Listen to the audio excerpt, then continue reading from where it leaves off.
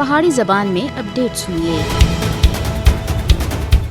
भारत विच हिंदू इंतहा पसंदी का जिन सिर चढ़ के बोल रहा है। मोदी सुन हिंदुस्तान को एक हिजी जगह बना देता है जिथे हर कोई अपने आप को गैर महफूज तस्वर करता है। RSS दी परवरदा भारतीय हुकूमत हिंदुस्तान को अकलियतां थी पाक करने दे अपने गलीज मिशन उते गामजन है। न सिर्फ मुसलमान बल्कि सारी अकलियतां हिंदुस्तान विच खौफ हरास की हालत विच जिंदगी दे त्याड़े गुजारना उते मजबूर हैं।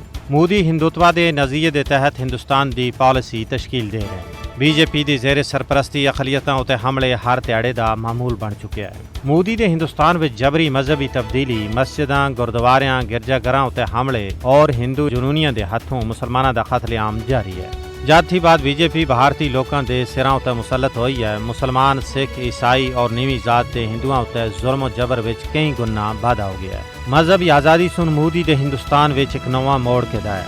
मोदी दे हिंदुस्तान विच मुसलमाना, सिखां, ईसाइयां और दूई अकलियतां दे खिलाफ नफरत अंगेज तर्ज अमल खतरनाक हद तक बढ़ चुके हैं, जिस सुन भारत की साख्त को पूरी दुनिया विच जिल्लत और रसवाई थी दो चार के है।